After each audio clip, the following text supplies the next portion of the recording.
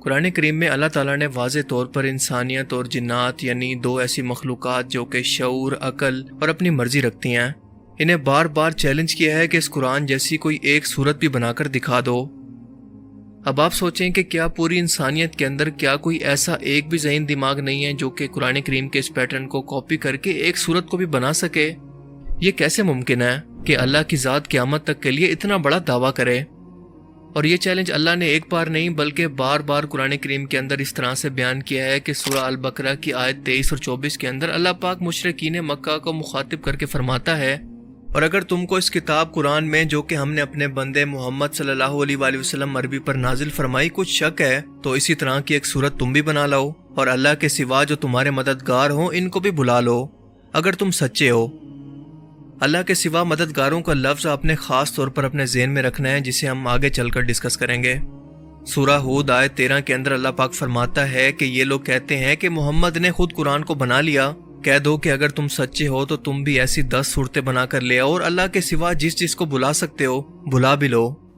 سورہ اسراء آیت 88 کے اندر فرماتا ہے کہ کہہ دو کہ اگر انسان اور جن اس بات پر جمع ہو جائیں کہ اس قرآن جیسا کوئی کلام بنا لائیں تو اس جیسا کوئی کلام نہیں لا سکیں گے، پھر چاہے وہ ایک دوسرے کی مدد بھی کیوں نہ کر لیں۔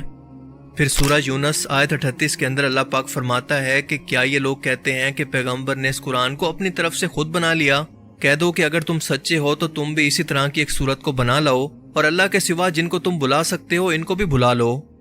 اللہ تعالیٰ بار بار انسانوں کو یہ چیلنج اس لیے کر رہے ہیں کہ وہ انسانوں کی ذہنی قابلیت کی حد کو اچھی طرح سے جانتا ہے کہ انسان چاہے آسمان کی بلندیوں، خلا کی گہرائیوں، سمندر کی تہوں میں سفر کرنے کے ساتھ ساتھ مصنوعی ذہانت کو بھی ایجاد کیوں نہ کر لے، بس یہ ایک کام اس کے لیے بالکل ناممکن ہی رہے گا،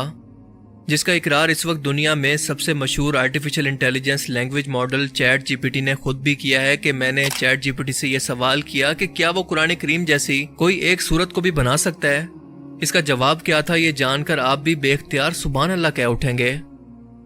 اوپر بیان کردہ آیات کے اندر اللہ نے اپنے چیلنج کے اندر یہ واضح کیا تھا کہ تم جن کو اپنا مددگار سمجھتے ہو ان کو بلا لو۔ اب 1400 سال کے دوران کوئی انسانی ذہن تو یہ چیلنج پورا نہیں کر پایا، اور اگر ایسا ہو جاتا تو آپ سوچیں کہ یہ اس شخص کی زندگی کی سب سے بڑی کامیابی ہوتی۔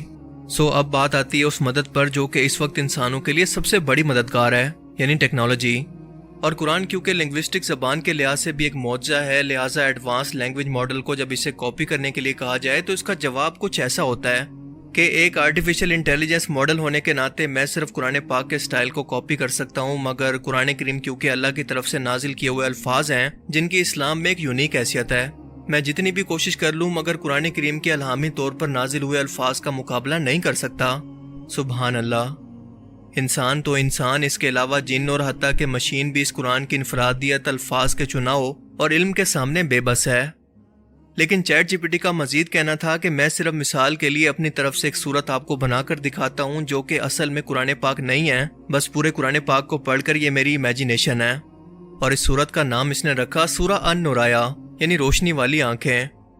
اور یہ آیات کچھ اس طرح سے تھی کہ ہدایت کی روشنی آسمان سے نازل ہوتی ہے، دلوں کو عقل اور حقیقت سے روشن کرتی ہے، اللہ کی باتیں سب سے اوپر موجود چمکتی ہوئی روشنی ہے جو کہ گہری راتوں کے اندر بھٹکنے والوں کو ہدایت دیتی ہے۔ اس کتاب کے اندر صاف نشانیاں ہیں ان لوگوں کے لیے جو کہ علم حاصل کرنا چاہتے ہیں۔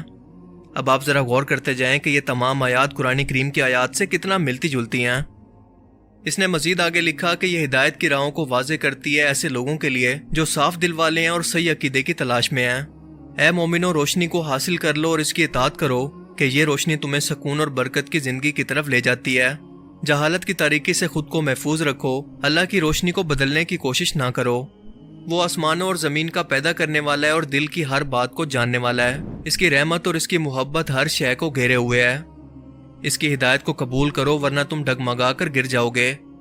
قرآن پاک کی کچھ آیات کا تھوڑا سا بھی مطالعہ کرنے والا شخص آسانی سے یہ سمجھ سکتا ہے کہ یہ تمام کی تمام آیات قرآن پاک سے کتنا ملتی جلتی ہیں، بس انہیں لینگویج کے طور پر تھوڑا سا بدلا گیا ہے۔ یعنی یہ سب کچھ قرآن کریم کے اندر موجود آیات اور ان کے پیٹرن کو سامنے رکھ کر کاپی کر کے ایک مثال کے طور پر بیان کیا گیا ہے۔ اس کے اندر چیٹ جی پی ٹی کا خود سے اپنا کریٹ کیا ہوا کچھ بھی نہیں ہے۔ اس کی مثال ایسے ہے کہ کوئی شخص صرف لفظوں کو ردل بدل کر کے ایک نیا مضمون لکھنے کا دعویٰ کرے، حالانکہ اس کا مین آئیڈیا اصل کی کاپی ہے، اور اس کاپی کے اندر اس کی خود کی کوئی کریٹیوٹی ہے ہی نہیں۔ اس سے پہلے نازل ہونے والی علامی کتابوں مثلاً تورات، انجیل، زبور کے اندر بھی جو ردل بدل کی گئی تھی وہ ان آیات کے معنی اور مطلب کے اندر کی گئی تھی، اور وہ لوگ بھی چاہ کر ان علامی کتابوں کے اندر کوئی نئی آیات شامل نہیں کر پائے تھے۔ اور اس بات کو چیٹ جی پی ٹی بھی اچھی طرح سے سمجھتا ہے۔ وہ جانتا ہے کہ قرآن کریم کی بے مثال عربی ترتیب، الفاظ کا چناؤ اور اس کا علم ایسا ہے کہ اس کا مقابلہ کرنا ممکن نہیں۔ چلو ایک لینگویج ماڈل ہونے کے ناطے وہ زبان کی نقل تو کسی بنا پر کر سکتا ہے، پر قرآن کریم کے اندر جو بے تحاشا سائنسی حقائق، مستقبل کی پیشن گوئیاں، اخلاقیات، ماضی کے واقعات، پیغمبروں کے حالات، جنات، روح، قیامت کا منظر، فرشتوں کا ذکر، یعنی ایسی باتیں جو کہ صرف علامی طور پر جاننا ممکن ہے، کیا یہ سب کچھ چیٹ جی پی ٹی کر سکتا ہے؟ کیا یہ مستقبل کی پیشن گوئیوں کو امیجن کر سکتا ہے؟ وہ تو یہ تصور بھی نہیں کر سکتا۔ اب اس کی بنائی گئی آیات کو پڑھ کر آپ خود سمجھ لیں کہ کیا اس آیات کے اندر کوئی ایک چیز ایسی بھی موجود ہے جو یہ بتا رہی ہو کہ یہ الفاظ کسی مشین یا کسی سافٹ ویئر کے نہیں بلکہ علامی طور پر نازل ہوئے ہیں۔ یہ لینگویج ماڈل کیا کوئی سائنسی حقائق، کوئی پیشن گوئیاں یا اخلاقیات اپنی طرف سے بیان کر سکتا ہے؟ جبکہ ہم سبھی لوگ جانتے ہیں کہ قرآن کریم کے اندر 1000 سے بھی زیادہ آیات سائنٹیفک حقائق کو بیان کرتی ہیں، اور یہی تو اللہ کا دعویٰ ہے کہ بلا لو ان سب کو بھی جو کہ تمہارے مددگار ہیں، وہ بھی قرآن کریم کے اس معجزے کے سامنے کچھ نہیں کر سکتے۔ اور سب سے بڑھ کر اس قرآن پاک کا بالکل اپنی اصلی حالت کے اندر محفوظ ہونا اس کا سب سے بڑا معجزہ ہے، جو کہ اس سے پہلے کسی علامی کتاب کو یہ اعزاز کے طور پر نہیں ملا۔